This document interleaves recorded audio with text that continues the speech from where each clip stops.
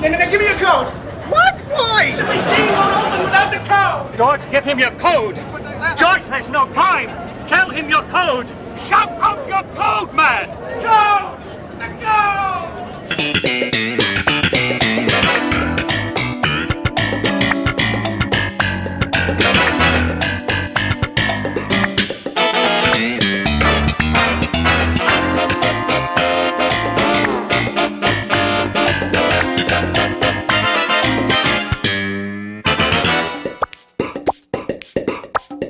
Hello and welcome to Seincast, a retrospective on all 180 episodes of Seinfeld, being hosted by two guys who can barely run their own lives. My name is Vinnie. My name's Matt.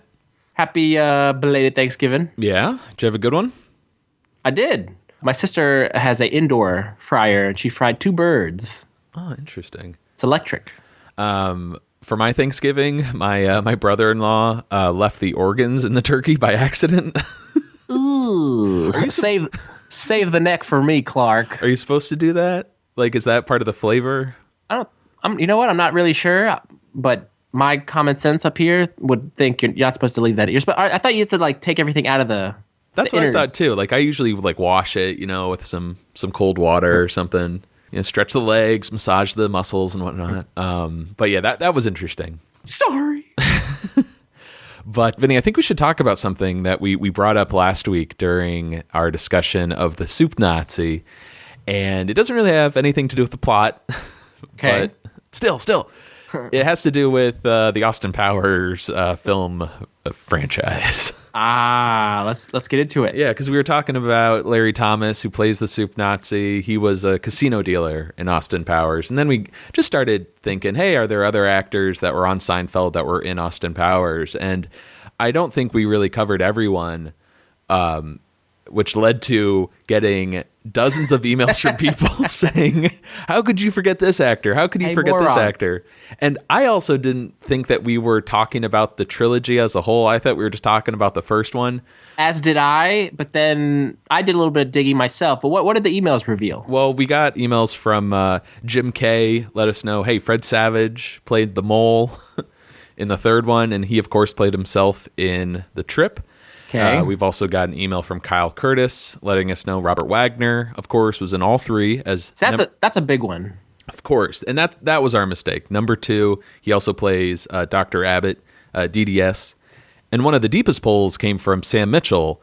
I don't know the actor's name, but he played Lubeck in, the Mr. Peterman scene with the cake. Is he the appraiser of vintage pastry? Yeah, and he's like, Lubeck, you just gave me a profit. He's a titwellow, right? What's that? He calls him a titwellow or fellow or something. Something like that, yeah. That's Oliver Muirhead. That was one of the guys I found in my research. Oh, okay. So who do you got as well? I got Jennifer Coolidge, who, as we know, plays Jody, the masseuse. She was in The Spy Who Shagged Me. She played Woman at Football Game. Oh, right. It's the montage scene with. Of course. Look at that giant. That's where most of these. Yeah, that's where most of these people come from. And then I got Tim Bagley, who we recently saw as Evan Fane. He ran Ross's. He was the manager at Ross's. He plays Friendly Dad, and he's also in The Spy Who Shagged Me. Oh man, these are deep pulls. Then you gave me 2 here. George Chung. He was in The Pothole. I think he's the guy who's taking Elaine's order at China Panda. What number? 47. Okay, go on. Yeah. Yeah, first time. What else? And then he played a teacher in The Spy Who Shagged Me. And you also gave me Jeff Garlin, who, wasn't on Seinfeld, but he was in Curb. He played a Cyclops, like at this freak show during the montage. Mm-hmm. Like, oh, hey, what's that in the sky? So a lot of deep pulls, but there are so many actors, I think, that appear on Seinfeld and Austin Powers. We should do like a post on Facebook or something where we just have screen grabs of all of them. Okay. Just so our listeners don't have to keep emailing us. So on the subject of the Soup Nazi, we're going to talk about some emails here before we get started. We got a great email from listener Terry Klein about a blooper of sorts in the Soup Nazi that we didn't talk about last week, and I'm upset that we didn't, because someone posted about the very same issue on r Seinfeld, the subreddit. And this is fantastic. It involves Elaine walking back to her apartment after her armoire gets stolen, and she confronts Kramer, like, where's my armoire? Yeah. Right when the scene starts, you can actually see the armoire on the street set. Like, the crew didn't move it over far enough. It's only a couple feet from where the street toughs picked it up. Yeah. So it's a blooper of sorts, and Terry didn't include a screen grab. And I thought to myself, hey, on Hulu, they actually, if this interests anyone, to fit modern TVs, they crop the top and bottom to make it more, like a rectangle. But as a result, they had to extend the right and left of the screen, and they went back to the original, like, master copies. So you get a little extra picture on the right and left. I'm sure it'll be there. I check Hulu, nothing on my computer. It's not there, the armoire, and I know I've seen this screen grab. So I went to Reddit, and I found the screen grab. So we'll include that in our show notes.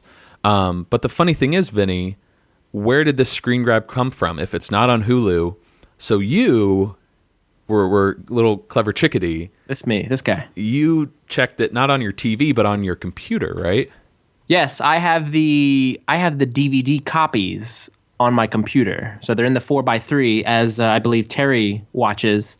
And sure enough, at the 10-minute mark, if you do a little freeze frame, you can see Elaine walking into frame, and right behind her is the armoire. It's the scene, so when George gives Elaine a taste and she's like, I gotta sit down.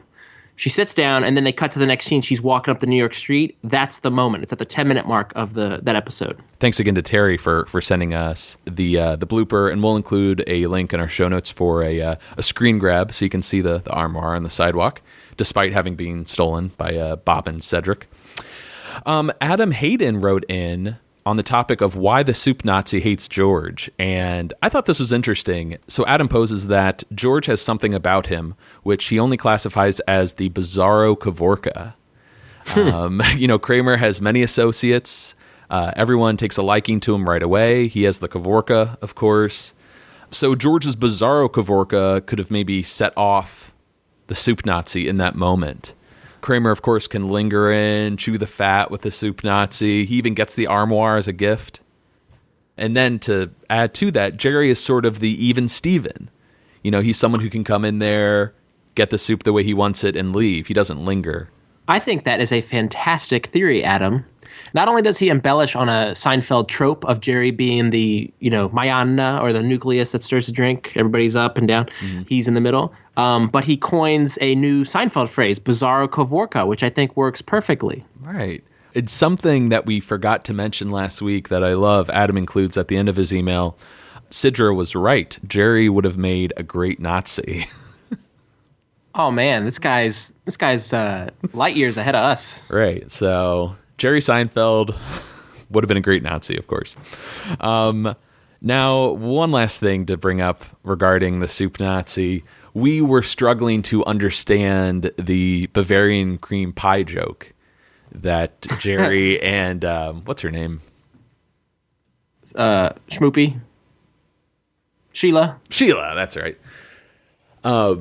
What the joke was. And, I think we got the gist of it. Someone going all the way somewhere for a specific item, they don't have it, so he winds up getting something else. We get that premise, but what was the joke as a whole? It wasn't as short as Jerry put it in the episode.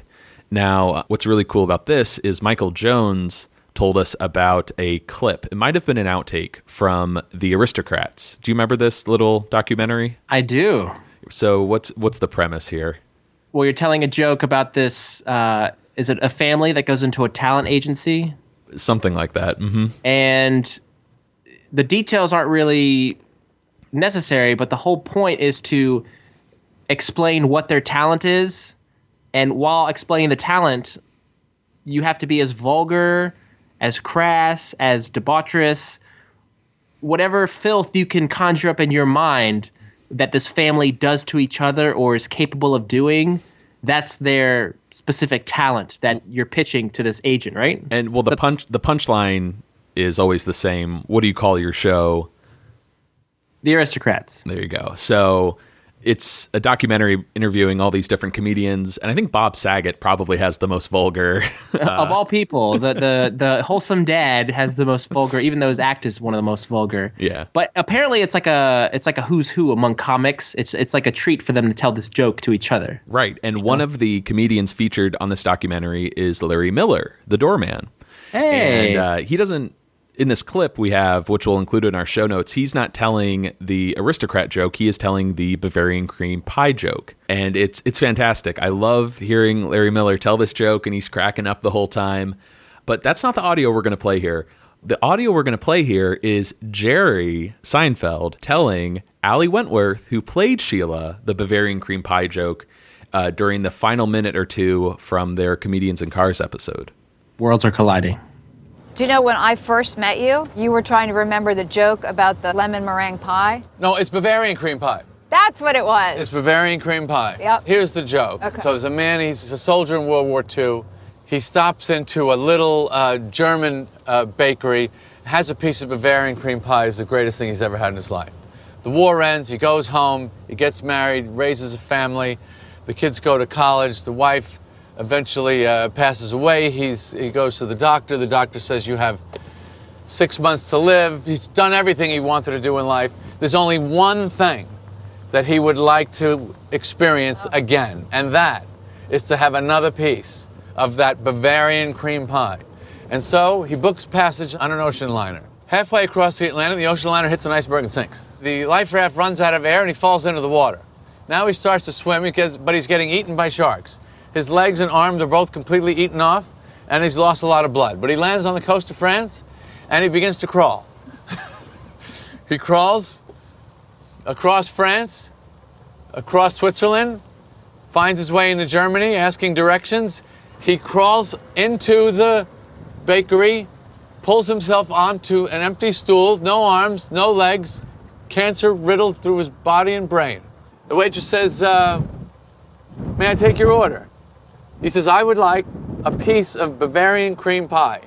The waitress says, oh, gee, I'm sorry, I just sold our last piece. Yeah. He goes, I'll have peach. I think it's funnier if she said, I just sold the last piece. And then I think you should just go, I'll just have a cup of coffee. I think it's better. It is. Yeah. You're right. You put it perfectly. Worlds colliding here. Absolutely. Yeah, I really like that schmoopy. And shout out to listener Ryan Patrick for letting us know about that. It's really hidden way at the end, really after the episode sort of wraps up. They just have Jerry telling the joke for a minute and a half. But yeah, this just makes me want to watch more of those Comedians episodes. Get on it. Yeah, they're really good. Have we ever taken stock of which actors appear on Comedians in Cars who have also appeared in Seinfeld, such as this Allie Wentworth? Yeah, that's a good question. I need to. That might be something to do. Yeah, look at the list, but it's usually the ones that I'm not excited for turn out to be the best. Mm-hmm. Gems. Yeah, some hidden gems in there. But that's it for the email segment this week. Before we get started, I want to let our East Coast listeners to know that I'm hosting 3 trivia events in December. Seinfeld trivia, that is, December 14th at Stone Creek, December 19th at Tribeca Tap House, and that's sort of going to have like a Festivus theme to it. Nice. But the official annual Seinfeld Festivus trivia, which is probably our big event of the year, that's happening on Festivus Day, December 23rd at Slattery's. That's in Midtown, just a block away from the Empire State Building. You guys can check out the links in our show notes if you want to reserve a table for your team. Should be a lot of fun. Looking forward to it. Vinny, if listeners want to get in touch with us, how can they do that? Email us at seincast@gmail.com. Find us on Facebook, Twitter, Tumblr, Instagram, or leave us a voicemail at Coco Bosco, 262-622-6726. What's that word again? Bosco! Bosco! Mama? And if you're writing in about a specific episode, just include the episode title in the subject line. We would appreciate it. Vinny, what episode do we have this week? Episode 7 of Season 7, The Secret Code, written by Alec Berg and Jeff Schaefer, directed by Andy Ackerman, and it originally aired November 9th, 1995. Right on. Love Alec Berg and Jeff Schaefer. They are becoming some of my favorite Seinfeld writers for sure. Oh, yeah. Great stuff here. Let's go over some trivia before we get started. Some behind the scenes of the writing process, coming up with this week's storylines. The secret code, Bosco, as it were, that was coming from Alec Berg's life. His girlfriend was just like Susan in the opening scene, going out to get some money. He's like, oh, I need money too. And she took his card and asked, hey, what's your code? And he felt very uncomfortable giving that to her at the time, giving up, sacrificing some of his individuality. Yeah, he said he started freaking out because he didn't know how to handle this dynamic with two people having to share everything. Well, I got to ask you, Vinny, have you shared much like private information with your girlfriend? I have, but she's never asked for my bank code, so I don't know, or my ATM code, so I don't know if we came into that moment. So she doesn't know. You didn't give it to her. No. Would you if you didn't want to get out of the car? I think I would. Mm-hmm. Oh, she knows I had to create a PIN for a new ATM card they sent me, or like a debit card, and we came up with the code together. Oh, really? So yeah, I guess I did tell her then. And what is that code? It's I'll be off in a minute. The band scanner storyline apparently came from Spike Feresten, the writer of last week's episode, The Soup Nazi. When he lived in New York, he had a band scanner, and he could apparently listen in on every cordless phone call in his building. Also, of course, pick up a lot of police stuff. So what Alec and Jeff did is they bought a band scanner for the Seinfeld offices. And every once in a while, they would turn it on and just listen to people's like private conversations in and around the building. And Jeff and Alec give a great commentary track on the DVD set. And they said apparently one conversation they picked up involved a man trying to convince a woman, maybe a hooker, to come over to his place. Mm-hmm. And he just kept saying, he's like, girl, you're good looking. I feel like Alec Berg and Jeff Schaefer would have been really fun guys to hang out with. They seem like they have such a great relationship, just friends that go all the way back to college. And they're always playing, and they got such great stories growing up together. It's really nice. They're definitely the younger generation of writers on the show, maybe the youngest. Mm-hmm. The Fred Elaine storyline came from something that Jerry used to say to people, and I think this is brilliant, man. I want to hear your thoughts on it, too. Jerry would say, nice to see you, whether or not he is meeting someone for the first time, because it works either way. Have you ever, met someone for the second time, and you say, hey, nice to meet you, and they're like, oh, we've met before. Well, I've said, yeah, that's exactly how it went down. No, but I've said, hey, how you doing? I kind of awkwardly get around the initial greeting. Mm-hmm. But you know how people get ahead in this world? It's with ideas like this. Right. I'm surprised we never heard this before, but I want to start using this in my encounters with people. Of course, it works. So, if you're seeing someone for the 10th time or the first time, nice to see you always works. It's really sincere, too. Absolutely. Nice to see you. So this idea of, someone getting irritated that the other person has met them and they don't remember them inspired the whole Fred Elaine storyline. And on the topic of Fred, apparently Alec, Jeff, and Jerry were really struggling. Like, who could play this guy? They were thinking of people like Rob Schneider. I think his name came up a few times. Mm-hmm. But one day, Jerry was just sitting in his office and he said, I got it. It's done. We got to get Fred Stoller to play this character. Pretty cool. Mm-hmm. And it seems, just from what we've learned about Fred Stoller in the past couple of years, listening to his podcast, reading his book, it's like Larry playing a loose version of himself. I feel like Fred is playing a loose version of himself here. Mm-hmm. Absolutely. So could you remind everyone who Fred Stoller is? Fred Stoller, writer of the Soup episode, the one that introduced Kenny Banya. He also appeared as one of the hockey fans in the Face Painter episode. And he also contributed the story for that episode with Barry the Monkey. Exactly, Barry the Monkey. And I should also add, he was in Austin Powers in Goldmember. He played a mail shopper. Keeps coming. All right. Yeah. Gift that keeps on giving. Jeez Louise. You mentioned his podcast, which I don't think he does anymore, but any listeners of our show out there that want some behind-the-scenes trivia on Seinfeld, check out the Larry Hankin episode. Sam Cass, who was a writer on the show. They reveal a lot behind the scenes, what it was like. But Fred's experience on Seinfeld, I think, was pretty tough. And we probably discussed this during the soup, but he struggled to get a lot of stories out there. He has, like his character, Fred Yerkes, he's very neurotic. I think he just struggled to get along with a lot of people on the show. So I wonder with Jerry casting him as Fred, if he did he find this? Was this an olive branch that Fred appreciated, or was he offended that they thought of him for this particular character? Is that what you're getting at? Did the actor determine what the character would be like, or was the character already written? Yeah, which one came first? Right, because there's a moment on Seinfeld when Fred Yerkes says, he's talking about his mom. And he's like, Freddie, why are you, taking a car or whatever? That is like verbatim from his own relationship with his mother. It really is. Yeah, same thing. Which he talks about on the podcast a lot. Also, he mentions her quite a bit in a book he wrote called Maybe We'll Have You Back, which is his just life experience as a sitcom guest star, just someone who's always a guest star, always a bridesmaid, never a bride. Yep. And Vinny, I don't think we got a chance to mention this back during the soup. He is really well known for his role on Everybody Loves Raymond. That's right. He played Gerard Ray's cousin, and in 7 episodes he starred in or appeared in. Nice. He does look a lot like Ray. He looks and sounds a lot like Ray. Oh yeah. Oh yeah. And one last bit of trivia here. Let's talk about the secret code itself, Bosco.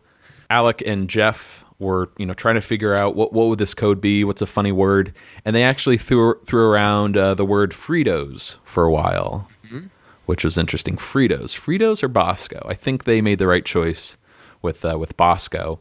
On the topic of having an ATM code, does that sound right to you? I thought ATMs were strictly pins. As did I. So maybe when the initial ATMs came out, and not only that, but 5-letter words. Pins are usually 4 letters. Oh man, losing it. You got Pins it. are usually 4 digits, right? In my experience, yes. Yeah. One of our listeners, TC, wrote in saying, "Hey, I felt the same way until he looked at the keypad on an ATM. Not only does it have numbers, there are letters there as well. Okay. Just like a phone keypad. So, hello, Bosco. Still doesn't explain 5 letters, because I think most of us and most of our listeners have 4-digit pins. Although in my experience of ringing people up at the pharmacy when they do have to type in their pins on the debit, I do hear 5 beeps. I have heard 5 beeps in addition to 4 beeps. So you might be able to have a 5-digit, maybe even 6-digit pin number. Could the 5th beep be the green button? It could be. Could be. All right. I don't pay that close attention. Okay. One last bit of trivia here, I promise. We have some audio of Jason Alexander telling, a little funny story about the term Bosco. I can tell you the one negative it has in my family is anytime we need to have a code for anything, they always are yelling, Bosco, Bosco, Bosco. And I go, guys, that's not a secret. Man, it really goes to show you, each character has something so memorable associated with them that they cannot live it down, even to this day. You got Julia with Are You Gonna Dance? And here's an example with Jason is, let's make it Bosco, Dad. Poor guy.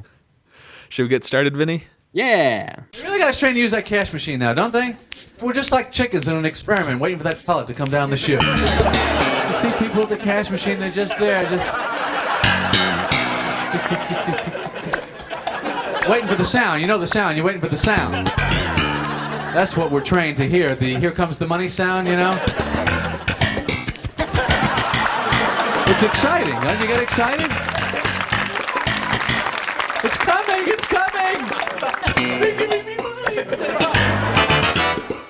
This is a great piece of stand-up here for several reasons, and I'm going to explain them to you. We can all relate to it. It pertains to this episode. I'm reminded of the ATM face-off he had with Diane Day Khan in the Marine Biologist. Of course. Processing. How could anyone... Sorry. I win. Yeah. How could anyone not like him? Yeah, that was the first thing that came to mind. Is there many ATM references on the show?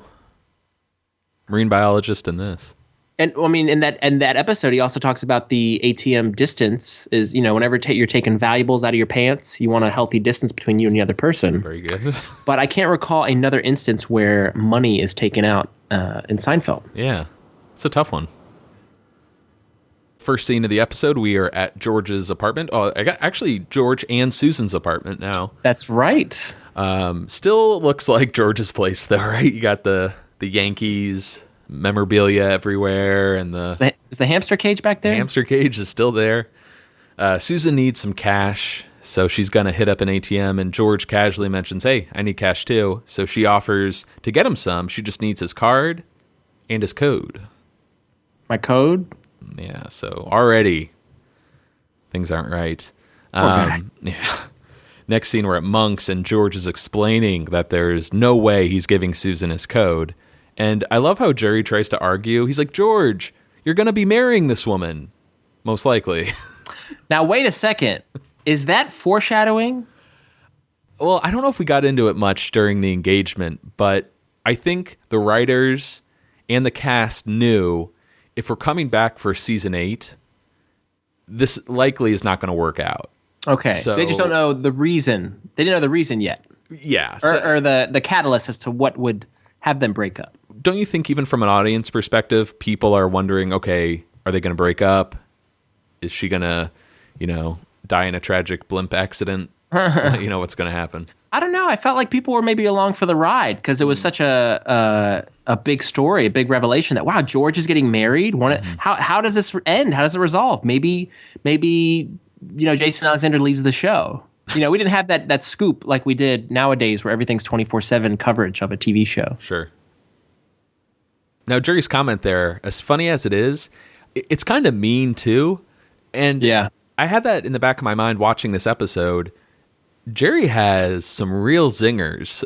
He has a storyline with Leap and Larry, but I'd say Jerry his main purpose this episode is to make sarcastic comments to everyone. I could see that. I'm already thinking of his phone call conversation with Elaine when they talk about George not making it. But there's other ones where it's like, oh, you're off, and those civil servants really haven't made, You're lucky they even let you drive a car. Yeah, exactly. Just a lot of sarcastic zingers. We'll keep track of them as we do. But Jerry also mocks George for taking relationship advice from Chemical Bank. Ooh, very nice callback. Chemical? Yeah, apparently, Chemical Bank was a real bank. It merged with Chase back in 96. But did I ever tell you I was in Michigan on vacation and I'm just walking down the street and walk right into a chemical bank? Really? Yeah, I was very excited because at the time, awesome. I didn't know it was a real bank. Yeah, I always thought it was fictional. Mm-hmm. Yeah, so Michiganders, enjoy your chemical banks. George wants to know, why does everything have to be us? Is there no me left? Why can't there be some things just for me? Is that so selfish? Actually, that's the definition of selfish. There's another one. Yeah. Jeff had a great observation in the commentary. He says this is a great George storyline because it centers on 4 things: money, greed, selfishness, and paranoia. Those are all really good elements to make a good George story. Mm-hmm. And now that I'm thinking about it, nothing goes right for him in this episode. This is one of the ones where he's always the fall guy. Absolutely. So, those are not my favorite. I like when George wins one. Mm-hmm. So keep that in mind. It'd be kind of fun to come up with a list of great storyline elements for each of the character. Yeah, Mm-hmm. Jerry is very happy to give George his code. It's Jor-El, okay? Superman's father on Krypton. Of course. Can I let you in with a little nugget here into my life? Let me see that nugget. When I got my first place, the one I currently live in, I had to set up a Wi-Fi password so I could give guests the Wi-Fi. And there's usually that long string of numbers and letters and capitalized, which is really annoying. Mm-hmm. I think you still use that one at your place. I decided, how do I merge the best of this world of Seinfeld that I love and then my real life world? Can you guess what my Wi-Fi password is? Well, I know you have it. I'm gonna go with Jor-El 69. I don't know. Okay, that's enough. It's actually Bosco Jor-El. Oh. I wanted to have both. Nice. So I can come to play with my toys. Nobody come and take my Wi-Fi. So there's one final attempt here as Jerry tries to squeeze it out of him, but George refuses to give up his secret code and says, if there's ever a moment when some fast cash could save Jerry's life, then he would give it to him. This moment here where Jerry is just, he wants to get the info from George and George isn't cracking. It reminds me of the confession in the scofflaw. Gary Fogle? Well, yeah, the whole poker face thing, because... Come on, George, I'm calling. Let me see him. It's not a secret. It's a secret code, but it's not a it's not a gossipy secret. But Jerry knows that his friend would feel very relieved in telling someone this secret or this code. It would unburden him, as we'll learn later in the episode. So Jerry knows, it's just George doesn't want to give it up yet. It's eating him up inside, yeah. Got a question for you. Can you think of another moment when Jerry tells George, like he does in this scene, to sing it, sister? Does he say sing it, sister? Yeah, he's a little more energetic. He's like, sing it, sister! Oh, a dealership. You got it. Hey! I'm not good at that usually. That's when George is like, this is wrong. Mo, a lem. Yeah. Short name. Candy bar, has to fall from its perch. Anyways, Jerry's leg falls asleep. This is kind of random. And he starts to, jump up and walk around, limping, trying to get rid of the feeling. Oh, he crossed his legs. Forgot to alternate. I know you stand up at work, but whenever I'm sitting, especially on the train, I forget to do that. It's the worst, that feeling. Have you ever sat, whether it's sitting on one of your feet, you get up, and then it's like you step through the floor? Have you ever had that feeling? Step through the floor? Like your foot has fallen fast asleep? I've actually fallen down before because of that feeling. Uh-huh. I've never had that sensation. Usually I feel it coming, so I kind of give myself a minute or two just to stretch out the leg before I stand up. But okay, well, this odd-looking man walks up to the booth. His name's Fred, and he's an associate of Jerry and George's. It seems like they know him and they're polite to him. Hey, Fred. Yeah, exactly. They're not like friends. An acquaintance. Acquaintance, that's much better. You can tell how odd this guy is because when Jerry explains that his foot fell asleep, what's Fred's response? Oh, you're lucky. At least you got something to do. And Jerry gives him this look, right? He's like, "What?" Yeah, it's kind of a blank stare. Yeah, what's with this guy? I'd like to think maybe Fred works in the comedy club. Maybe he's trying to become an up and comer or something. Or maybe he's just a bartender at the club. He could really be a version, like a less successful version of Fred Stoller, who is a stand-up comedian. Right, is a stand-up comedian from New York. So yeah, that totally works. We should also mention that the name Yerkes comes from a writer's assistant on the show. Jeff Yerkes. Jeff Yerkes, yeah. I've actually seen his name in the credits. Uh-huh. The past couple of weeks, and I'm like, oh, we should mental note. There it is. But and I also like that the writers call him Fast Freddy Stoller. Oh, really? I didn't. That's their nickname for him. Yeah, I wonder what that means. Well, just that he's not. He's just. I'm depressed. Maybe they're poking fun at him. I think so. And that's kind of what I think Fred was alluding to in his stories of being on the show. So Elaine enters, and Jerry asks, "Oh, have you guys met before?" And Fred's like, "No, we haven't. Nice to meet you." And he heads out. And Elaine stands there, kind of annoyed, especially since they did meet before at, good name here, Katie Ash's party. Love Katie Ash. And they talked for 10 minutes, apparently. So Elaine's a little upset he doesn't remember her. What's the normal thing to do? She races after him on the sidewalk. I gotta go talk to this guy. Excuse me, Fred? Yeah? Hi. You just said nice to meet you, but actually we've met before. We have? Yeah, Katie Ash's party. What was your name again? Elaine. You don't remember our conversation? I talked about how my uncle worked in the book depository building with Lee Harvey Oswald. Not ringing a bell. When my uncle said to him the president's been shot, Oswald winked at him and said, I'm gonna go catch a movie. No. That was right when we were in front of the bathroom door. The bathroom door. I remember someone had played tic-tac-toe on it, and the X's won. They went diagonally from the top left to the bottom right.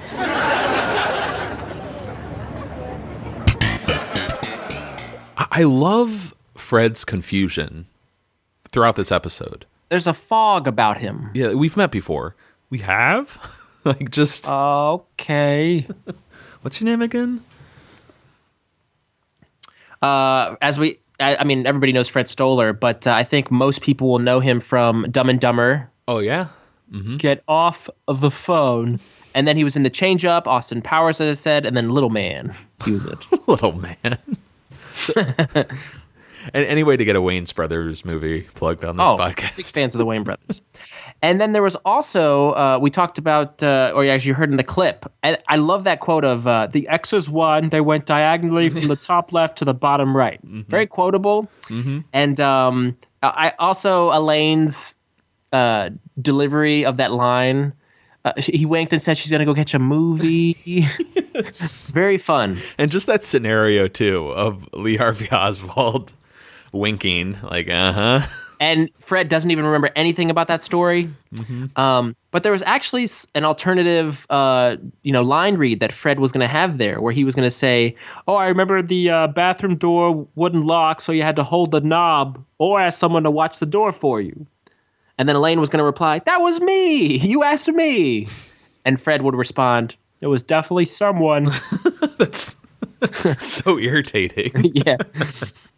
But which I really like that alternate dialogue because that is a Curb scenario. Uh-huh. Yeah, this sounds very familiar. When he's at a dinner party, the bathroom door is locked. Cheryl needs to use the bathroom, and Larry's supposed to guard it, but he gets distracted. Yeah, so he walks away, and then somebody walks in on Cheryl while she's going to the bathroom. Right, and they see everything, right? Yeah. Did you notice in that clip, though, Fred said nice to meet you. He didn't say nice to see you. Hence, he offended Elaine. Oh, yeah, and she even says, "You just said nice to meet you." Oh, right. Yeah, so she calls him out on that terminology. Again, people, always use nice to see you. You can't lose. Mm-hmm. Next scene, we are at Jerry's apartment. Kramer enters as Jerry gets off the phone with Leapin' Larry's appliance store. He's going to do some TV spots for them. And Kramer's very excited because that's where he just bought this emergency band scanner, which picks up everything, fires, harbor patrol, even the police. I'm watching the Watchers, Jerry. Yes. Just curious, has anyone in your family ever owned a band scanner? I know with your sister's, career with the police department, maybe she would. Not that I can recall. Yeah. I remember growing up, like adults would have those scanners so they could listen for police chatter to see if there are police in the area so they wouldn't get pulled over. Is that the same thing? My sister had a Fuzzbuster. Do you remember those? Plus this, yeah. And I think it would just pick up some, I don't know if they were radio waves or whatever, just let you know if a cop was in the area to slow down.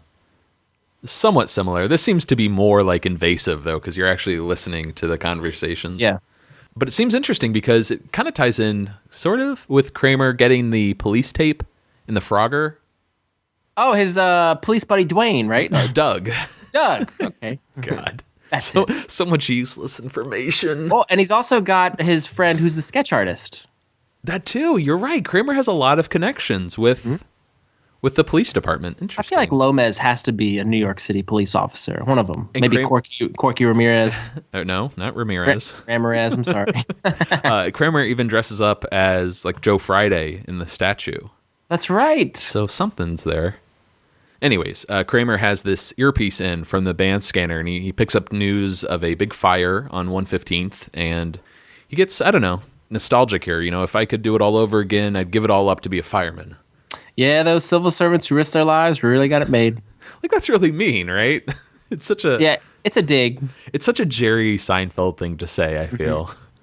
Just totally out of touch. But this made me think of you, actually.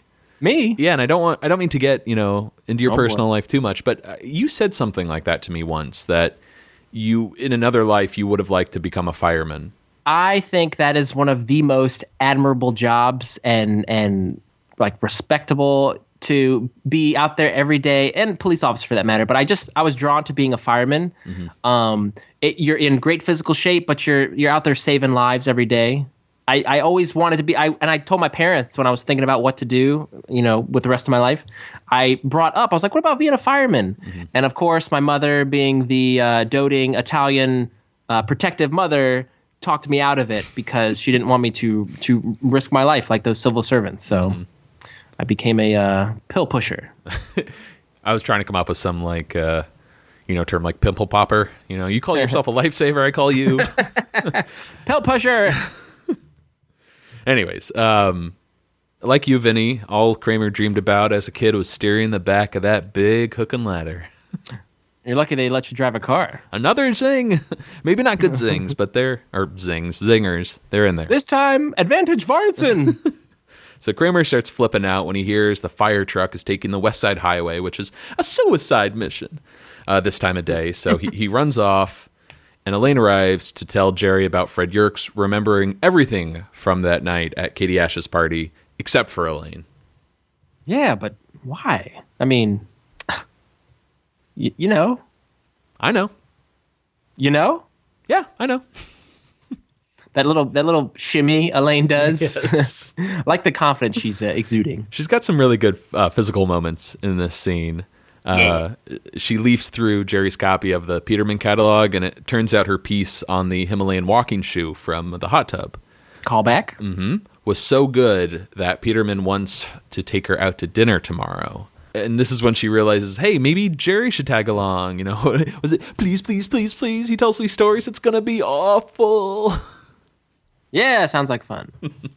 She immediately, instantaneously pops up with a big smile on her face. Very cute. I also thought of you during that scene because it's just like it's adorable. It's a 360.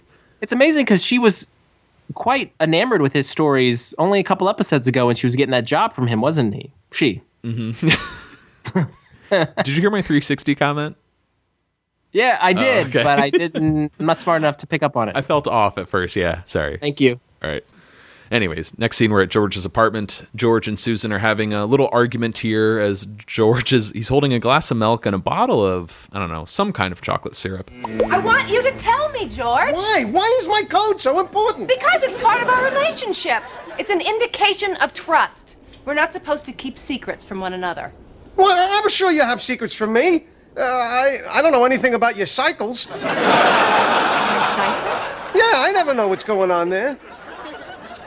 Well, from now on, I'll keep you apprised of my cycle. Please. Anything else? We're out of Bosco. So apparently the discussion of the cycles was contributed by Larry. That was a very Larry David line per the writers of the episode.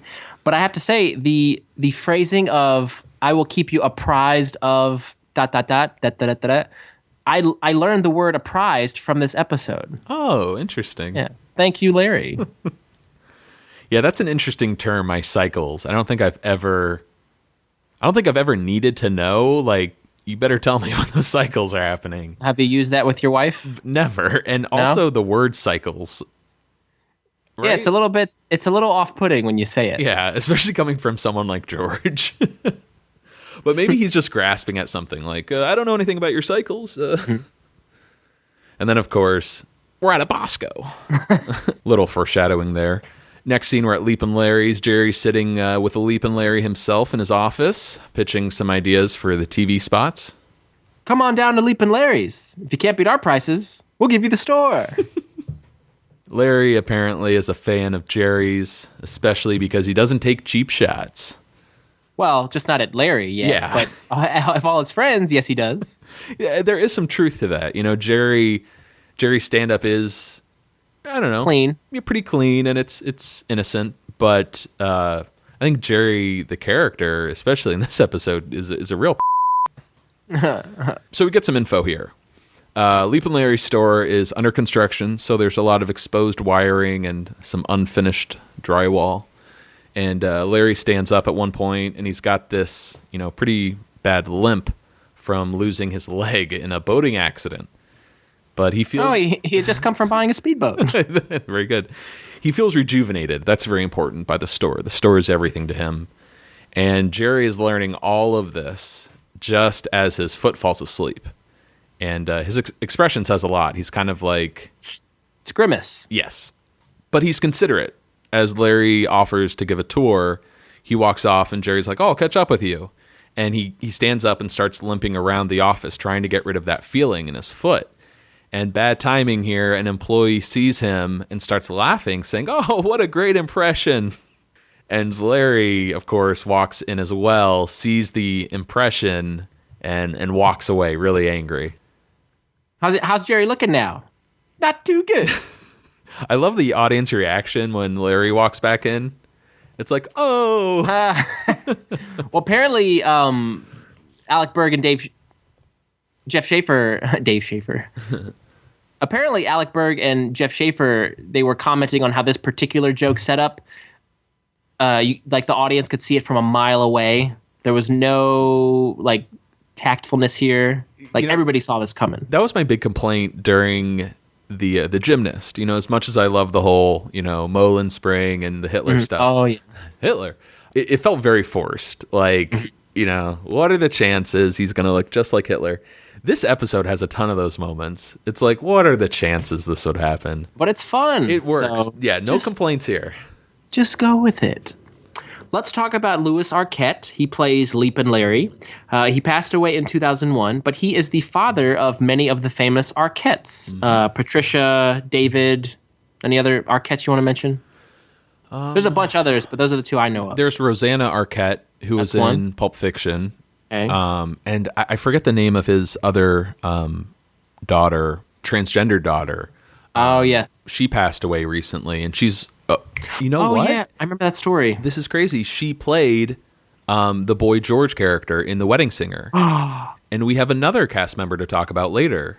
Wow. But yeah. Yes. Yeah. Wow. But she passed away. I would argue, though, that Patricia and David are probably the two most famous. Is it Alexis children. Arquette? Yes. Alexis. Okay. But Louis Arquette... Louis Arquette, the father, was in Best in Show, Tango and Cash, Scream 2, alongside his son, and one of my all-time favorite movies. Matt's going to berate me for this, but it's one of my favorites. Almost Heroes. Thank you, ladies and gentlemen. That's the Matthew Perry, Chris Farley joint. Yep, the last movie that Chris Farley did before he passed away. Man, yeah, that is a guilty pleasure. We had a pretty crazy time watching that movie in college. I remember I think we both ordered a large pizza, polished it off. Gumby's pizza and pokey sticks were had. Yes, good memory. Let's talk about not talk about. I'm just going to tell you Louis Arquette's character that he plays. Lou. This takes place back in the colonial pioneering days. Lewis and Clark. Oh God. But Louis Arquette runs a brothel, not of real women, but of straw women. So all of his women are made of straw that he whores out, and his brothel goes up into flames, and he goes, "My women." But anyway, I'm gonna lose the whole brothel. It's a great little movie, especially if you like Chris Farley. So please watch it. Lower your expectations a little bit, right? It's not, but like Eugene Levy's in it. Okay. Come on, Matthew Perry. It's really, and I watch it with my nephew. That's why I enjoy it so much. But anyway, sure. I love those dumb comedies are a lot of fun, especially from the 90s. Mm-hmm. Next scene, we're at Jerry's apartment. Kramer confronts Jerry about making fun of Larry, but Jerry tries to explain, "Hey, my foot fell asleep," and a little clip here. I just love this. The guy has one leg, and he still calls himself Leapin' Larry. You'd think he'd have a sense of humor about it. Well, you just joked yourself right out of that commercial, didn't you, Manchamba? There it is. One of Kramer's many terms that he uses to refer to his friends. This one being Manjampa. I think the best one. Oh, yeah. Is there a Mogambo? Mogambo, I think... Mogambo, I'm doing nada. Doesn't he describe Newman? Yeah, that sounds about right. And then there's Fatso. Fatso, yes. The Denogonizer. But anyway, remember when we were talking about Schaefer and Berg being really good friends? The origin of this term, Mogambo, they played this Sega Genesis soccer game, and they always played with the team Cameroon, and Cameroon had a player named S. Wambenga. And the writers used to love to refer to each other as, "Hey, S. Wambenga." I think it's Wambanga. Wambanga. Yeah. Thank you. Excuse me. S. Wambanga. And they wanted to use this as one of Kramer's terms to describe somebody. So they put it in the script at this particular moment, but Michael, for the life of him, could not get Eswambanga out. So what would the line have been for Kramer? Well, you just joked yourself right out of that commercial, didn't you, Eswambanga? Does that work to you? Now that we've had 20 some odd years to hear Manjamba, Manjamba's so much better. I mean, Wambanga works, but that Eswambanga, that is kind of a mouthful. But it was all the reference to this Sega Genesis game that the writers loved. Yeah. Nobody else would have gotten it. But it's funny how, because Michael couldn't get those consonants and vowels out in that fashion, they had to shift it to Manjamba. Well, and they mentioned on the commentary how when Michael couldn't get it out right and he just said Manjamba instead, it's not like Alec and Jeff could say, cut, let's get the name right. They just had to roll with it. Yeah. And just let it be what it is. But yeah, I always wondered, where do these nicknames come from? Here you go. Eswambanga, that would be a good Wi-Fi password. I'm going to change it right now. I didn't know this. Did you know Manjamba is a town in Angola? No. In South Africa? Yes, I did. Okay. Everyone knows that. So George gets buzzed up as Kramer and Jerry watch a news segment on the fire the other day. Apparently the whole building burned as a result of the fire truck not taking the fastest street. And Kramer just casually mentions, hey, remember that time I got you to Yankee Stadium in rush hour in 15 minutes? Fast routes, they're all up here. It's innate. Amazing thing is, you never have any place to go. Another zinger. So I would put this up there with, I don't know, like food tropes or dating tropes on Seinfeld, like fastest route. Even in the hot tub, fantastic route, man. Oh, yeah, and Tappan Zee Bridge. Is that the same? George says to Jane in the Hamptons, like, I got from my apartment to, like, what is it, LaGuardia in 10 minutes. Yeah. Keep shortening it. Yeah. Now, there is a contradiction here. Remember in the airport when Kramer and George are going to pick up Jerry and Elaine, George is like, you getting on the Long Island Expressway? This is a suicide mission. So yeah. Kramer does make mistakes. Well, he's not human, but you can understand. But Kramer runs off again for some reason. Another suicide mission. Yes. And George is ready for dinner. He's going to head out with Jerry to meet Elaine. And he hears for the first time that Peterman is going to be joining them. If Jerry mentioned that before, would George have gone? No way. There you go. And as they leave, George flips out about having to be on all night now. He doesn't like being on. He'd much rather be off. Trust me, you're off. That's another singer.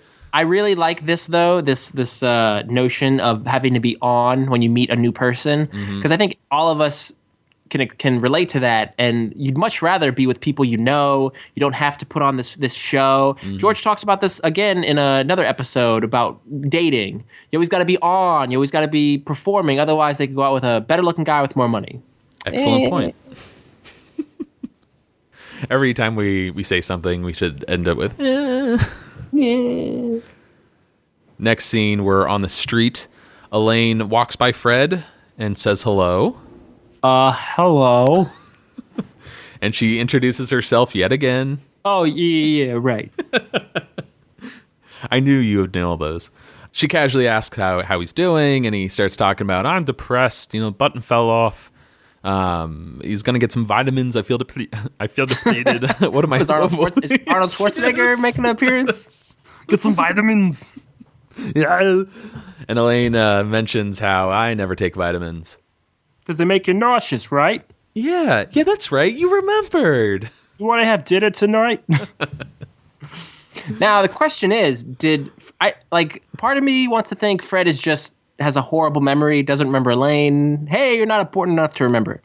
But do you think this is all an elaborate plan of Fred to win over Elaine just so he can ask her out by not remembering her? Interesting. Because that would be diabolical. Yeah. That makes Fred much scarier if this was just a plan to trick Elaine. But I think he is a little off. There's something about Fred. And there's a moment in here when Elaine says, yeah, that's right, you remembered. Yeah. It kind of feels wrong. Like Fred isn't at the same level as Elaine. Okay. Like, not just socially, but mentally. I don't know. There's just something that just doesn't feel right in this scene where, from Elaine's perspective, like, why the hell is she attracted to this guy who's obviously struggling with something? I don't think it's just his memory. I pick up on it too, yeah. And I like how it turns so quickly when Fred's like, "You want to have dinner tonight?" Yeah. Like, who does that? Fred Yerkes. Yeah. So Elaine doesn't have any plans that she can remember. So, oh, that's cute. They make plans, and now we're cutting to a familiar exterior. Hunan's on 5th. Same. Yes, Hunan on 5th. This was shown as the exterior of the Chinese restaurant from season 2. Seinfeld 2? Or 3 tonight. No, it should be 4. Wait a minute. Starting off at 4, going to whittle down to 3, and then we're going to end up with 2. Just the bulls. And I think you can tell that this footage, well, the exterior is a bit older because some of the fashion, hairstyles seems a little more like 1990s, late 80s, as opposed to 1995. But very different very different interior than the Chinese restaurant. So my question to you, Vinny, is this supposed to be a different restaurant for whatever reason, or did they remodel? What happened? I think a renovation went on and they've updated it. And also are under new management. So no Cartwright will be yelled tonight. Right on. Well, Jerry and George arrive already in the middle of a conversation.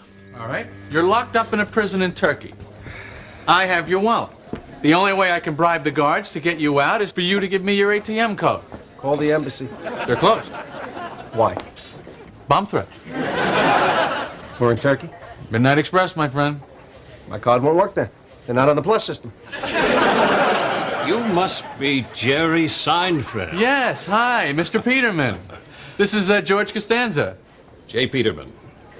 J. Crew. So, is Elaine here? Oh, Elaine just called. She won't be joining us. Well, not to worry. I'll tell the maitre d' it'll just be the 3 bulls. What's going on? He still wants to have dinner with us? Without Elaine? What for? What, is he crazy? Oh, we gotta get out of here. Come on, weave your web, liar, man. I got nothing. I'm blank. George, what's the matter with you? Joking. Oh, Fong has been most accommodating. Shall we? Actually, I just remembered I promised this comedy club that I'd do a set tonight, so I'm terribly sorry. I understand. No hard feelings. George and I will miss your company. Fong, it will just be 2 this evening. And George, we dine. That's a sweet bomber jacket that J. Peterman has on. Absolutely. And Jerry kind of recoils when George makes the J. Crew joke. Yes. Is that offensive? Because I think it's a great little joke. I think it's just... It's George trying to be funny, but... He's being on. It's very risky, though, too. Like, why would you say that to the head of, like, a major fashion chain? Yeah, I guess. I like it. I'm with you, Georgie. And then also, that line that I love to use whenever I'm with my guy friends is, it'll be just the bulls. Yes. Very fun. I've actually picked that up from you. Thank you. Mm-hmm. But yeah, this scene is fantastic. I love the Peterman dialogue. In fact, this is really the first episode where we really get to know the Peterman character. Mm-hmm. He showed up, of course, in the understudy at the end of season 6, but I don't know, he was kind of toned down a little bit. He's coming into his own. Even the writers remark at how wonderful it is for John O'Hurley to play it straight, and that's much funnier than playing it with some sort of comic hitch. Of course. Like, he plays it straight so well that it's funny. It's innately funny. John O'Hurley came from a lot of soap opera work before this. And yeah, that's right. Kind of similar to Leslie Nielsen with The Naked Gun. It's like, why, or Airplane rather, like, why didn't this guy do comedy sooner? It's incredible. Mm-hmm. Great line that we missed in that clip we just heard was weave your web, liar man. I never knew what Jerry was saying there. Mm-hmm. That's such a weird phrase. Weave your web, liar man. Well, he's like Spider-Man, but his superpower is weaving lies. Mm-hmm. And there's a great visual gag where Jerry leaves, and George grabs onto his sleeve, and Jerry yanks it out, leaving George all to himself with Peterman. I wonder what's going on with George in this episode. Like, why is he having trouble coming up with lies? I'll tell you why. Because Susan has infiltrated his world, and now he is this relationship George. Oh, okay. You know, he's not independent George anymore. Liar George. 40 George. Yeah, liar George is dead. He's dying, Jerry. I never picked up on this until I watched the episode with subtitles, but Peterman talks to the host, and his name is Fong. Yep. Which I love. Reminded me of Harry Fong. That's right, Harry Fong. Enjoy the show, Harry. And also Cheryl Fong. Oh, hey. And Ping Wu. Ping Wu's the actor. He might be Ping Fong. Okay. So is it possible? No, I'm not going to go there. Vinny? Easy, big fella. Two more things here. I wanted to... two bulls. Two things I wanted to bring up here. Larry David apparently loved Alec and Jeff's writing so much in this episode for the Peterman character that for all future episodes, he would farm out the writing to them. He would ask them to write Peterman dialogue.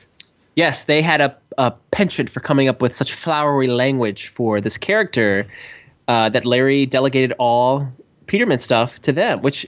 What a compliment from the man himself, Larry David. You know what? That's funny. From now on, you guys write.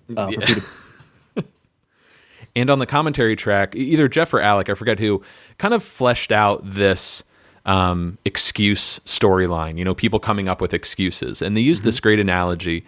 An excuse is like a raft. It can only fit one or two people. And if you make it any bigger, it will sink. That's beautiful, man. Yeah, I love that. And I want to use that from now on. If I ever have to come up with an excuse, this raft, it can only fit one or two people. Does that mean you're going to abandon your wife? I'm speaking at a men's conference. Okay. What's funny, though, is Liz she didn't speak at one, but she went to a women's conference recently. And I just immediately thought of this. Nice. I don't believe that for a minute. Yeah. There was some additional dialogue there where after Jerry gave his excuse, Peterman would say, I see, there's an onus of guilt involved. And then Jerry said, total onus. And then George followed up with onus all the way. So apparently onus was the buzzword there. I like that. Say it a lot. Next scene, we're going to bounce between a few locations. We're on the street. Elena's still waiting on the sidewalk. No sign of Fred anywhere. I guess she's been stood up for her date. Hence why she's not at the Chinese restaurant. And we cut back to Hunan, and George is just looking miserable, eating his dinner as Peterman is going on about one of his many adventures. This one about the, how do you pronounce it? Guanji River Market. What did he discover there? Guanjai. The Pamplona Beret. What? Fungi. Mogwai. The Pamplona Beret. Sizes 7.5 through 8 3/4. Price $35. So that's another item to add to the Peterman catalog. We got one other coming up. Right. Stay tuned. What about sports? You follow sports? Aw, such a simple man. And speaking of sports, we're going to cut over to Jerry's apartment. And he's spread out on the couch, eating sweatpants, eating some popcorn, watching a Giants game, and the audio is so great here. What does the announcer say? It's 4th and inches, and the Giants are going for it. You gotta love sports. That is something you quote a lot. Yeah, I do. Whenever my friends start, I'm not a huge sports fan. I'm getting into hockey though. But when my friends start talking about games and, you see the game? I'm like, you gotta love sports. Do they appreciate that? Or are they like, what are you doing? Right over their heads. Yeah. This is a great GIF online, too. Just Jerry nodding, eating popcorn. Yeah, the fist. Fist pumping. Mm-hmm. Next scene, we are in Peterman's car. George is getting a ride home, I guess, from Peterman. And he's hearing all about his recent trip to where, Vinny? Burma. Also known as Myanmar. It was in Burma that he discovered a very unusual corduroy.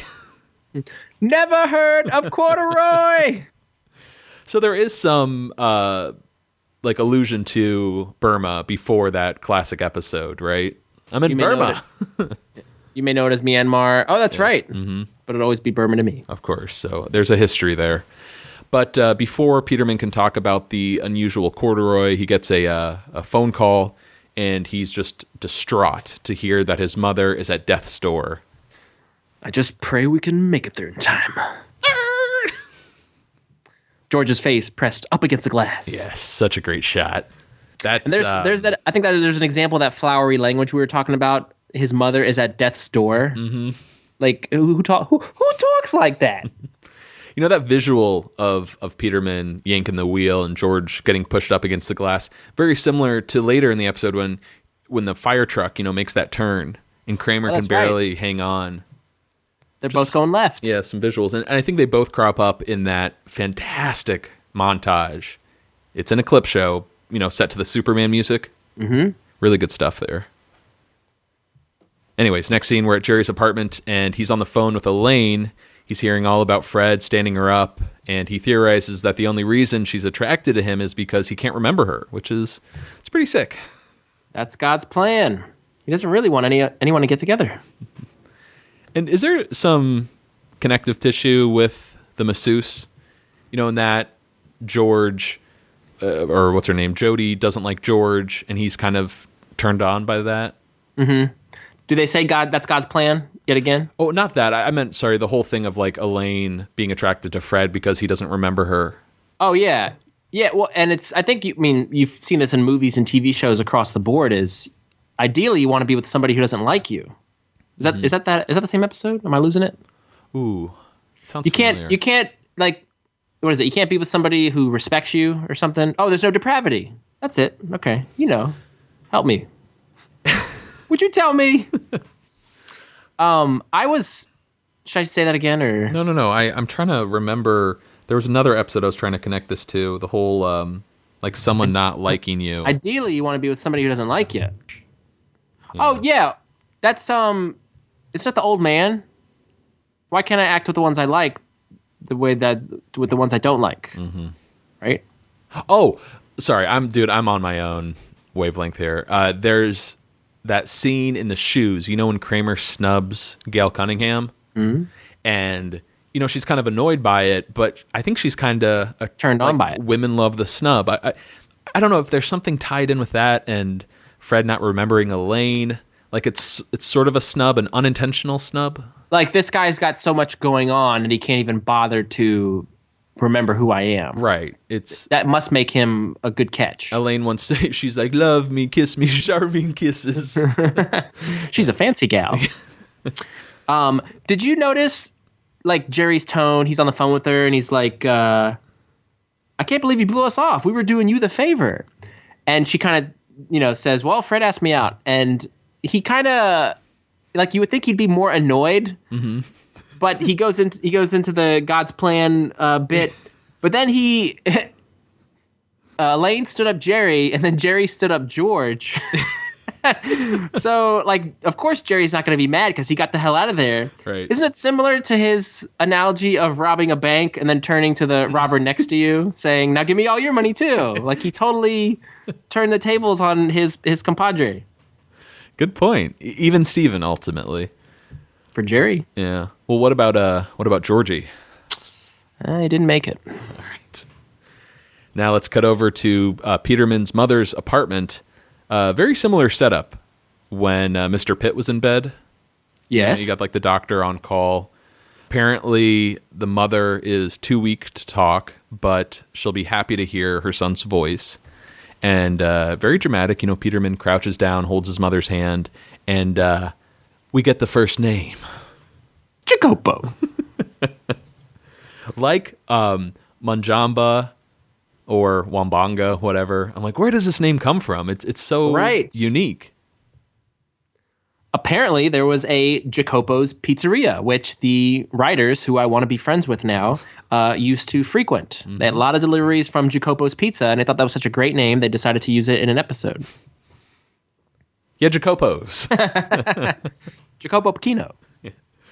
And as Peterman clutches his mother's hand and tells her that, he's here for her, she looks over his shoulder to see George just standing there like an And he's got nothing to say. He's like, I'm having dinner with your son. Yeah, we had dinner together. Kind of reminds me a little bit of when the Temples, watching Breakfast at Tiffany's, and the mom comes home. Yeah. She's like, who is that? Just like George totally being out of place. Mm-hmm. We have two actors I'd like to introduce you to here in this scene. The first will be the doctor, who's played by David St. James, and you may have seen him in The West Wing, iCarly, Shameless, and Donnie Darko. And should we do Mama now or wait? Yeah, let's save Mama. Let's wait. Okay. For her scene coming up after the act break. Here, we're back in Peterman's mother's apartment. It's the next morning. George is asleep in the corner. Still not sure why he stayed there. We can talk about that later. But he's using his jacket as a blanket. Take off the dew, my friend.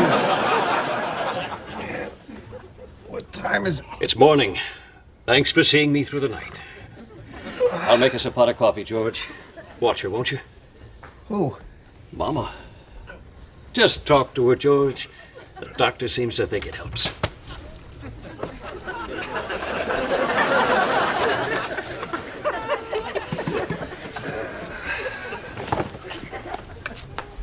Hi. I really should be getting back to my fiance. We had this big fight yesterday, and she wants to know my secret code. I don't know. I can't tell her that.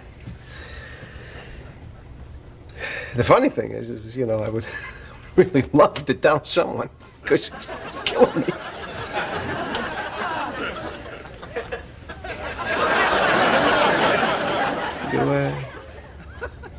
You want to know what it is?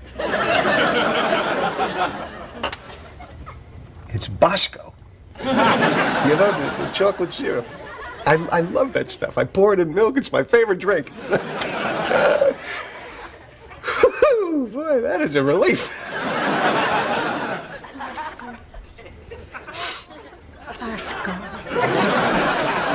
Bosco! Mama? Quiet, it's a secret. Bosco! Bosco! Shut up! Just off. What are you trying to say? Bosco!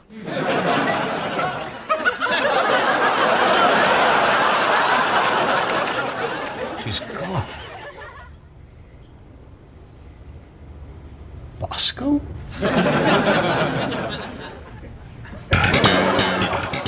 So, Mama Peterman, we hardly knew ye. Mama Peterman only had one line of dialogue. What was that? Bosco! Shut up! That is Ellen Albertini Dow, who plays Mama. She passed away in 2015. Mm-hmm. She was 101 years old. Incredible. Awesome. I think everybody will recognize her from usually playing a grandma, but she was in Wedding Crashers. She was in The Wedding Singer, Road Trip, and she was in Sister Act. Out of all of those, though, I think Wedding Singer is what people know her best from. She pays people in meatballs. Well, she has a meatball. Take a bite. She has that great rapping scene. Oh, the Rapper's Delight. Yes, at the end. Yeah. Mm-hmm. She's adorable. I say hip. It's so cute. Oh. But yeah, she's great here despite her one line of dialogue. Remember you were talking about why George was sleeping. Yeah, it just seemed weird. Like, why didn't George be like, all right, you're handling some personal stuff right now. I'll see you later. Now, Jeff Schaefer said originally they had more wallet stuff with George trying to stop carrying his wallet or stop carrying his money or ATM cards so that he'd have an excuse as to why he couldn't give people his code because he didn't have his ATM card on him. So they talked about, well, that's why Peterman was driving him home because George didn't have any money to grab a cab. And also that's probably why he had to stay the night at Jacopo's. Oh, because he had no way. Well, what the hell, man? He's in Manhattan. He could have just gotten on a subway. Or no wallet. Yeah, no wallet. Yeah. And then they talked about... I just missed everything you were saying. Thank you. You could have just used his wallet. I I think he took his wallet. And then apparently they had all this wallet stuff that they kind of put away, and then that became the germ for the wallet. It's a germ. Condensing your wallet. You remember the germ. Condensing the wallet in the wallet later on. Ah, very good. I have one question for you here. This, Mama Peterman's death, while really sad, is really funny. She just falls back, closes her eyes, head to the side. Is there any other death that we have seen on screen on Seinfeld? Like, whole series? On-screen death? On screen, not off camera, because I can think of a few off camera. Hold on now. I don't think this is right, but I'm thinking Russell Dalrymple? I would say that's off camera. It's off screen, yeah. Off screen. I was also thinking of Fogel or Fulton. Fulton, yeah. That's you just see Jerry looking at him. The guy that commits suicide at the hospital. The only one I could think of in the moment, and I'm sure listeners will let us know if there's anyone else, is Susan. When she passes out of frame, I don't know if you could count that as a death because she could have died maybe on the way to the hospital. But George does walk in. We just don't know enough info to know if that's actually her death. But Mama Peterman dying here just seemed, again, it's sad, funny. You're loving this. You're reveling in it. but dark too, because you don't really see people die on screen in a sitcom, especially. I guess we'd have to catalog all the deaths and then, Manya, Manya died. Manya died. But yeah, on screen specifically, give us some of those juicy death scenes on Seinfeld. Anyways, let's move on here. We're at Jerry's apartment. George is blaming Jerry for, all of this, business with Peterman since he left him alone at the restaurant. And George is concerned, especially that he couldn't come up with his own excuse. Maybe he's just in a slump. No. He reached down. There was nothing there. Now Peterman wants me to go to the funeral. Oh, come on. Just tell me your code already. What is it?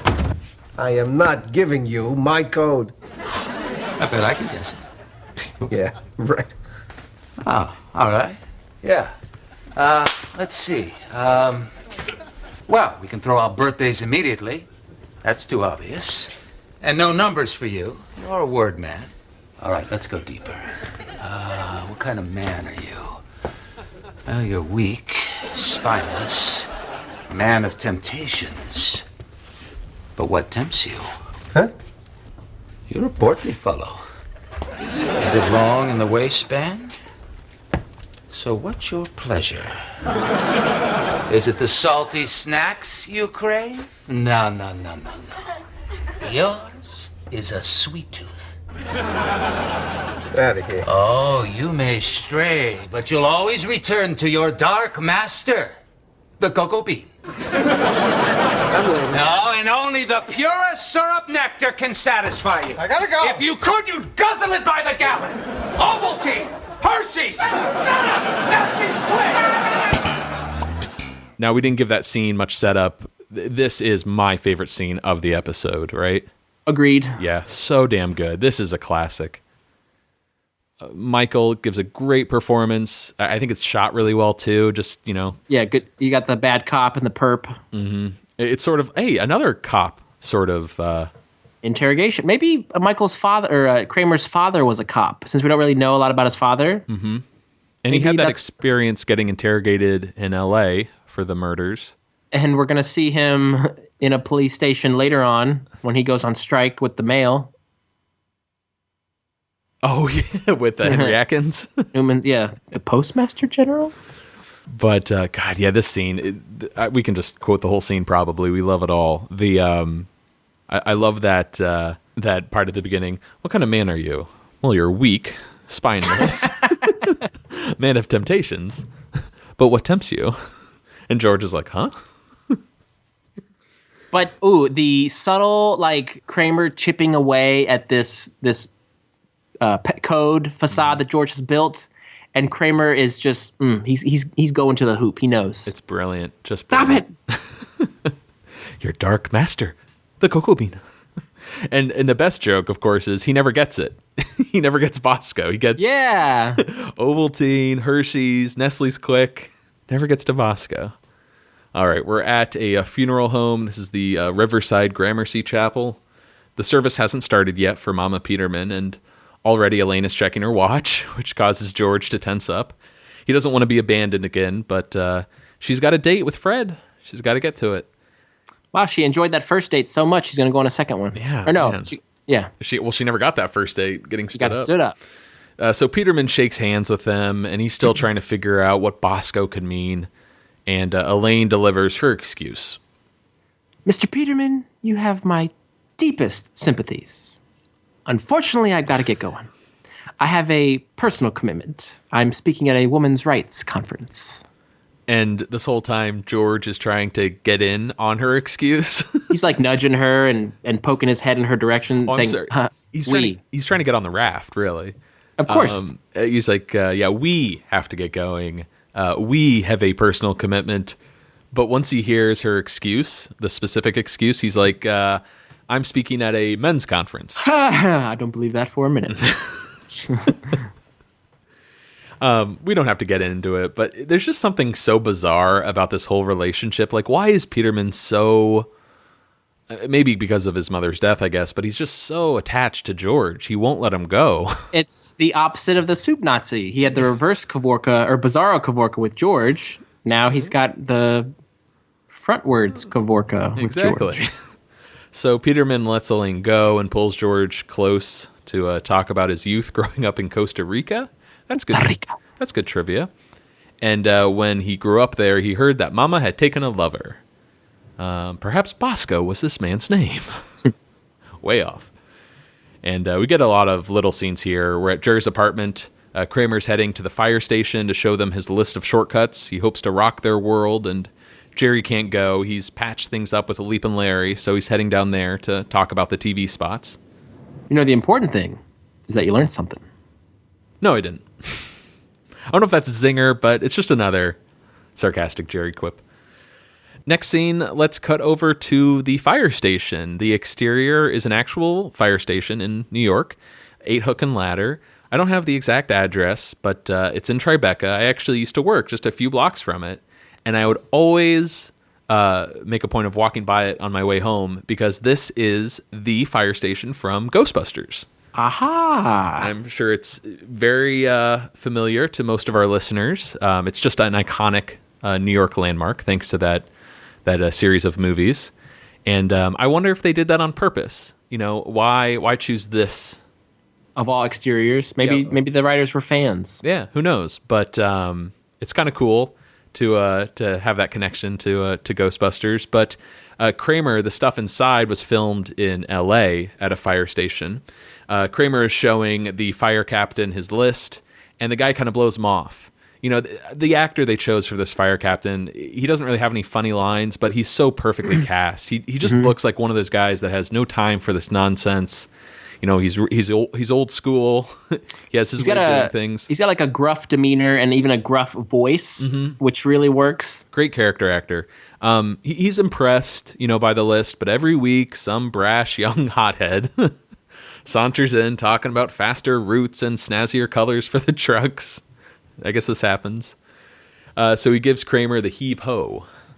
Kramer's a young, brash hothead. He's in his 40s. A cockeyed optimist. There it is. The captain is played by Wayne Tippett, who, unfortunately, a lot of actors have already passed away that appeared in this episode, but he passed away in 2009, and he was a regular on Guiding Light, and he was also in JFK.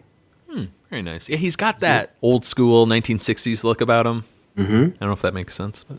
I got you. Okay, we cut over to Leapin' Larry's, and Larry wants to pick things up right where they left off last time, a tour of the store. So as he walks off, Jerry, once again, has to deal with his foot, which has fallen asleep. Maybe he should stop crossing his legs. Perhaps. And as he limps and stomps away, he accidentally knocks over a container of, I guess it's paint thinner, which comes in contact with some exposed wires, and it just bursts into flames. Burst into flames. And we cut back to the fire station. The bell is ringing, and all the firemen are rushing to head out for Leapin' Larry's. And Kramer's kind of caught up in the commotion. It's a great shot. The camera's kind of pulling back, and you know the crew is running through these double doors. And Kramer's trying to give the fireman some directions, but the captain yells, "Stay out of this, Kramer!" And as all of the firemen disappear down the pole, Kramer is left behind and excitedly decides to ride down too. Giddy up. He's salivating at the sight of that pole. He's so happy. And as he slides down, he lands on another fireman who slams into a pillar and practically loses consciousness. He can barely get out the words, "I drive the back of the truck." So Kramer has this huge grin on his face, grabs an outfit, and jumps on the truck. Oh, you forgot, you okay, cowboy? Oh, yes, I'm sorry. Von Roddy plays DeSoto, who will learn his name shortly. But he is a stuntman who's worked on numerous movies, including Fast and Furious, Wild Wild West, and Don't Be a Menace. Ah, very good. I like that. Is it DeSoto or DeSoto? He says DeSoto. I would imagine it's DeSoto. Like he discovered the Mississippi. Exactly. All right, well, either one. DeSoto. We cut over to a restaurant somewhere, and Elaine and Fred are out to eat. We're going to take a break from the action here and play a clip. Sorry about the other night, but my mother called. She couldn't find the pills. I had to go into Brooklyn, help her find the pills. And they were right there in the medicine cabinet. Could you believe that? The worst part is getting from the subway station to the house. There's no transportation. What am I doing? I'm on a date with this guy? Because he didn't remember me? He's demented. Listen to him. I couldn't take a cab, but if my mother saw me talking a cab, she'd start yelling at me, "Freddie, what are you taking a cab for? It's so expensive!" It's out of her mind. Eventually you'll meet her. That is so bizarre that Fred thinks this is going so well that he's going to be able to introduce Elaine to his mother. It sounds terrifying, right? I guess, I mean, maybe that is his only friend, the character, not Fred Stoller, that this is who he confides in, is his mother, this love-hate relationship he has with her. But Elaine is never getting out. Like, you're stuck. It's going to be you, me, and mother. And we actually have transcribed the conversation or the dialogue that Fred was saying while Elaine was having her monologue. Fred says, "There's never a bus. You stand at the bus stop, you feel like a real loser. You ever try to talk to a woman at a bus stop? They think you're Charles Manson." This sounds like it is ripped from the podcast, maybe his stand-up at the time. Yeah. Oh, God almighty. It kind of has like a weird, like Norman Bates kind of vibe to it. Just the way I thought the same thing. The way he talks about his mother. Eventually, he gets enraged. Well, Elaine obviously is going to get the hell out of there. Maybe she's got an excuse. But we cut over to the funeral home, and we're going to jump all over the place and eventually get to a clip here. But George is sitting silently, just on a couch as Peterman is sitting next to him, just repeating the name Bosco over and over, rubbing it in. And he's interrupted by this woman shouting that there's a big fire down the street. The whole block is going up. So huge fire. Everyone rushes outside. And did you ever notice this? Maybe because I listened to the podcast or the show instead of watching. George just stays on the couch. Like yeah. The building is going to go up in flames, the whole block, and George just looks up like, "Take me." He's mumbling to himself. Like, facha recha. The woman that yells, "There's a fire," is played by Karen Lorschbau, right, but the voice is voiced by Carol Leifer, Seinfeld writer. Really? She has a credit. There was something weird about that. It didn't look like it synced up exactly. Mm-hmm. I wonder why they did that. I don't know. But Carol Leifer has a very distinctive voice, so I knew it was her, but IMDb confirmed it. Nice work. Okay. Thank you. Well, as the fire truck races down the street, the captain gives directions, turn left on Broadway, but then you hear this voice on the radio, I would advise against that, or whatever. Yeah. And it's Kramer. He's on the back of the truck, the hook and ladder. And when the captain realized that he's back there, he's royally pissed. DeSoto's down, but Cosmo's got the caboose. Which is the go-to quote for this scene, right? It's just... Oh, yeah. Oh, so good. Jerry is helping Larry move all of his merchandise to the sidewalk, completely unaware how the fire started. And this is when we start cutting back and forth from the fire truck to Leap and Larry's, and then eventually we'll be at a chemical bank on the same block. Kramer, get the hell off of there! You're not trained to operate this equipment! Hey, Kramer! Pay attention, Kramer! Well, try the scanner. See if you can pick up it. What are you doing, Kramer? You're all over the road! Don't worry, Cap, I can handle it!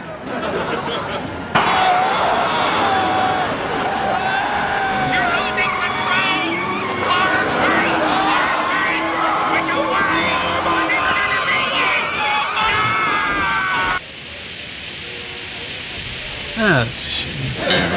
Spires will eat up this entire block. Look, there's a man in there. Get out of there! You're in danger! My sleeve! It's stuck in the machine! It ain't my card! George, give me your ATM card. I don't have my ATM. George, you're obviously lying. Anyone can see that.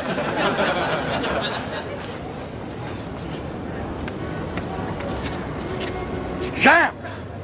Slide it under the door. Damn right! Now, give me your code. What? Why? The machine won't open without the code. George, give him your code. George, there's no time. Tell him your code. Shout out your code, man. Go! Go! A lot happening in that clip. It's so good. Very satisfying ending, right? Oh, yeah. But any favorite lines of dialogue from the truck, Leap and Larry's, or the bank? I do like... Where is it at here? Well, right at the top, it is great how Kramer's on the truck and someone's like, "Hey, Kramer, hey!" Oh, yeah. Wherever Kramer goes in the city, there's going to be somebody that knows him. You know, I think all those New York people say they have like a friend who's like the mayor. Mm-hmm. They always get recognized. That's Kramer. And of course, how you doing, Cosmo? I like the way the captain says, "What are you doing, Kramer? You're all over the road." And then there's one moment where it's like, hard right. And like you hear screeching, and then it just cuts to a shot of Michael like nearly falling off the back. So we should probably discuss the setup, the blocking for this particular what is word? Oh yeah, the sequence of Kramer on the truck, and there's obviously some green screen. But yeah, they wanted to use a real fire truck, and they tried to get it onto the stage, but it wouldn't fit. So what they had to do was shoot it on the New York street that they have built. They got this giant blue screen, and they did the close-up shots of Kramer doing his reaction with the hard left, like you were just describing. And then they also went and shot real footage of a stuntman on the back of an actual fire truck in New York City. So when you see like the shots of the guy in the rearview mirror, they're looking back, you see Kramer from far away, that's a stuntman. But I think when they piece it together, and they had to like mimic to Michael. Okay, turn really hard right, really lean into it. When they that spice leg just shoots up in the air, yeah. It's just insane. When they put everything together, it's really a brilliant sight. I think this is actually one of the best like high budget scenes, on the show. But hearing you explain that, like they're trying to get the truck on the stage, it's like what were they planning to achieve?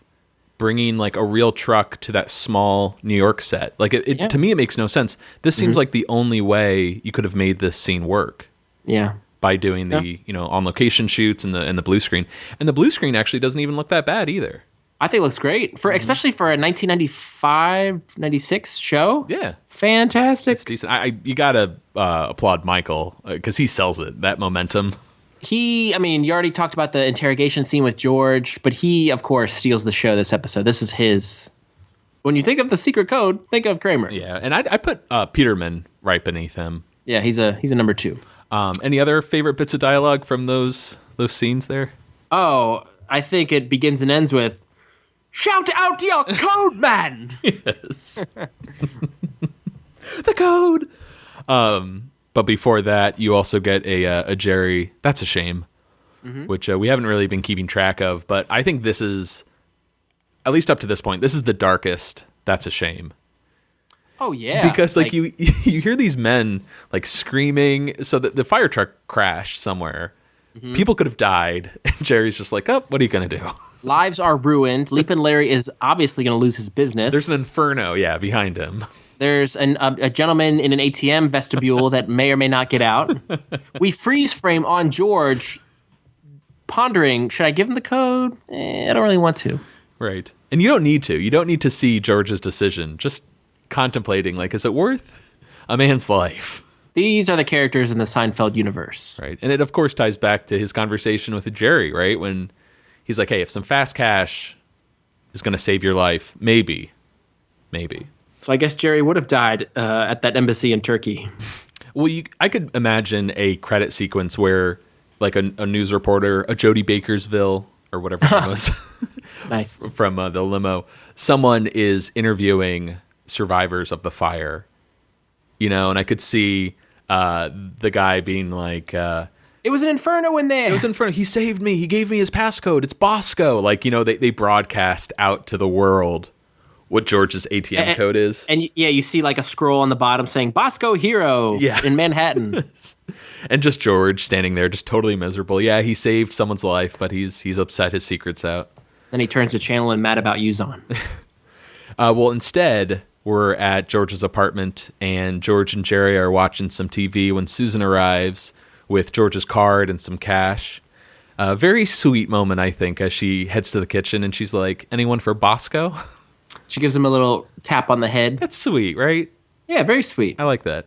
But, did you note it? Like, did it feel weird to see Jerry at George's apartment and they're watching TV? Yes, thank you so for out of bringing place. That up. Yeah, there are these moments we should point out whenever. I think this is the only time Jerry is sitting there. Well, yeah, normally like he'll come meet George so they can go to a movie or go out, but this is them actually, plop down on the couch hanging out. I don't think Elaine is ever at George's apartment, is she? Not that I can recall. I mean, Kramer has been there already. To get the hi-fi, yeah. Yeah. But, it is kind of a weird dynamic. And what's even weirder, he's just sitting there reading the new J. Peterman catalog, and he shows George a new product. The Rogue's Wallet. That's where he kept his card. His dirty little secret. Short, devious, balding. His name was Costanza. He killed my mother. I think this is my favorite Peterman product. That's awesome. Yeah, the Rogue's Wallet. I always forget about this one. It's a good one. Oh, man. So that's it. It's a pretty good episode, Stan. Yeah, I really like how this one wrapped up. You want to move on to ratings and reviews? Yeah. So, what do you think? The rating, Matt! Shout out your rating! Should we bring back the old one? I give this 9 bottles of Bosco out of 10. I think you could for this particular week. Make an exception. Yeah, I like this episode. I don't, I'll just put it out there. It's not going to crack my top 20. It would definitely be in my top half of season 7. I think it's very quotable. All the main characters get a fun storyline. I'm not really, gaga about Jerry's with the feet or the foot falling asleep. That's the one that I lose it on too. Yeah, there's nothing really terribly funny about it, but between the Kramer interrogation, the Peterman George dynamic, Fred Stoller, I know he's not super memorable, but we love him. I think the neurotic, what his voice is so fun to do, and the fact that he's a Seinfeld alum being brought back to act on the show is a really cool story. Oh yeah, right. Yeah, so just a fun episode. We love Alec and Jeff's writing. Again, I think they have just it's stupid, but like just that younger sensibility. I think they can add a little more like freshness, to the show. That not that it's lacking, but just something different without going too far, and over the edge into wacky sitcom. I agree. All the points you said, I totally agree with. The Jerry storyline was the weakest one. The whole Leap and Larry stuff, I'm just like, it's all right. It does feel like you pointed out with Fred or Jeff and Alec. It does feel very forced. Like, how can we get a fire started and foot falling asleep? The whole like limp guy with a limp, foot falling asleep, But Kramer steals the show. Love seeing Fred Stoller in there. And seeing a peek into Jacopo's real life, that memorable death scene, on-screen death with Mama. nothing good happens to George in this episode. He's really getting shat on by multiple characters throughout the entire episode. Nothing good happens to him, and he's left in a lurch in the final scene. But I still enjoy his storyline as well. Overall, though, a nice entry into like the Seinfeld, catalog, but it's not a top 20 cracker. For sure. The Elaine storyline I wanted to mention too. I never really cared for it, and I never understood like why is she obsessed with this guy. I think we kind of, I don't know, covered some interesting topics with Jody the masseuse, someone not liking you, or maybe snubbing Gail Cunningham. It's all kind of tied together. But I never bought Elaine's attraction to this guy. It always felt very frustrating. But since learning that little bit about nice to meet you versus nice to see you, I don't know, it adds something to the Elaine storyline, like her neuroses and why she'd be so pissed off. Me, I'd be like, who cares if someone doesn't remember me? She's a little bit, I think, put off that somebody, like a guy's not fawning over her, and she finds that intriguing for some reason. Right. And I think this is that final season before she goes to the, I don't know, dark side. She gets very desperate. Yeah. There's still some lingering early Elaine in there somewhere. Every time you say Elaine now, I keep wanting to say, I trust Elaine. She is my friend. Every time. I have this weird feeling like in a couple hours or maybe in the coming weeks, I'm going to regret not praising this episode more.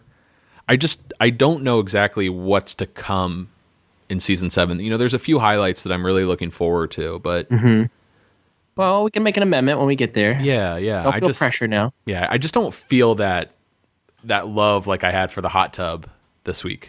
The same, like, how Elaine's like, I can't get off the Kishkas. I'm still stuck on the hot tub. I'm still like, I'm like, man, that's a great episode. Mm-hmm. So yeah, that's my thermometer right now. You mean barometer? Yeah, whatever. Okay.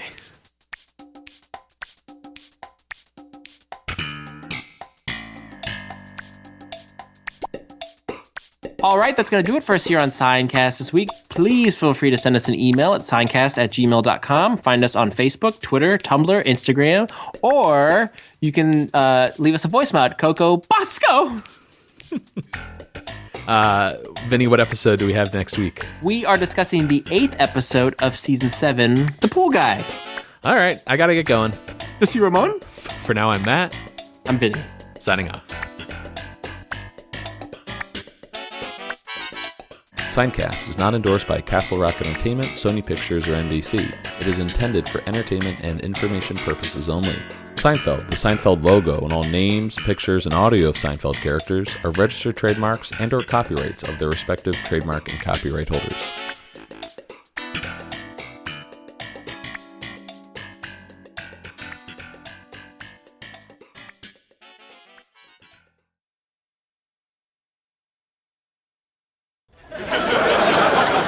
It's 4th and inches, and the Giants are going for it. You've got to love sports.